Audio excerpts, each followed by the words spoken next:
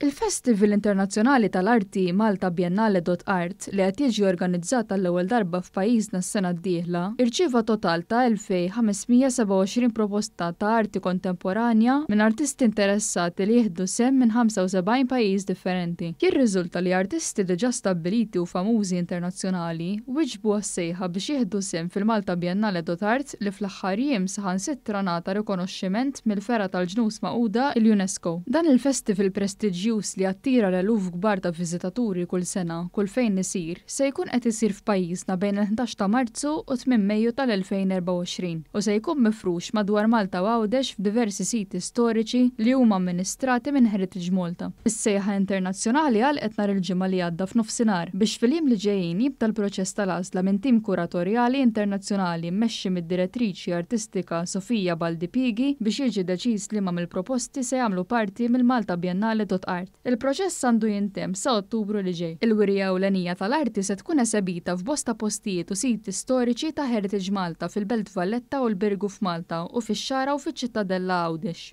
Il-Malta Biennale.art se tingħata tema Mediterranja bl-isem Baħar Abjad, imsaġar taż-żebbuġ, li fiha se jiġu trattati 4 temi partikolari permezz tal-arti. Il-ġimgħa li għaddiet meta sar magħruf li l-UNESCO tat il-patronaġġ tagħha lil dan il-Festival tal-Arti, One News tkellem mal-President tal-Malta Biennale.art u Chairman ta' Heritage Malta, Mario Kutajjar. Għaliex il-UNESCO derila li għandha tagħti dan ir-rikonoxximent. Dan ir-rikonoxximent tagħtu l-patronaġġ tagħha.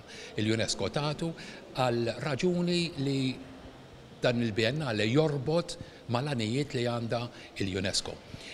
Jorbot mal-għanijiet tagħha li permezz tal-kultura, permezz tal-arti niddialogaw f'dal każ il-Mediterran, il-problemi tal-Mediterran, il-kulturi fil-Mediterran, aspetti mill-kulturi tal-Mediterran, għax ta' bilħaq nifmu li bl-arti n-nies jitkellmu aħjar. Il-Malta Biennale.art qed ikun organizzat minn Heritage Malta permezz ta' Muża, il-Mużew Nazzjonali tal-Arti fil-Komunità b'kollaborazzjoni mal-Kunsill Nazzjonali tal-Arti u tal-Entitajiet Malta Libraries u Valletta Cultural Agency, Spazju Kreattiv, Visit Malta u l-Ministeri għall-Affarijiet Barranin għal Għawdex u għall-Wirt Nazzjonali, l-Arti u l-Gvern Lokali.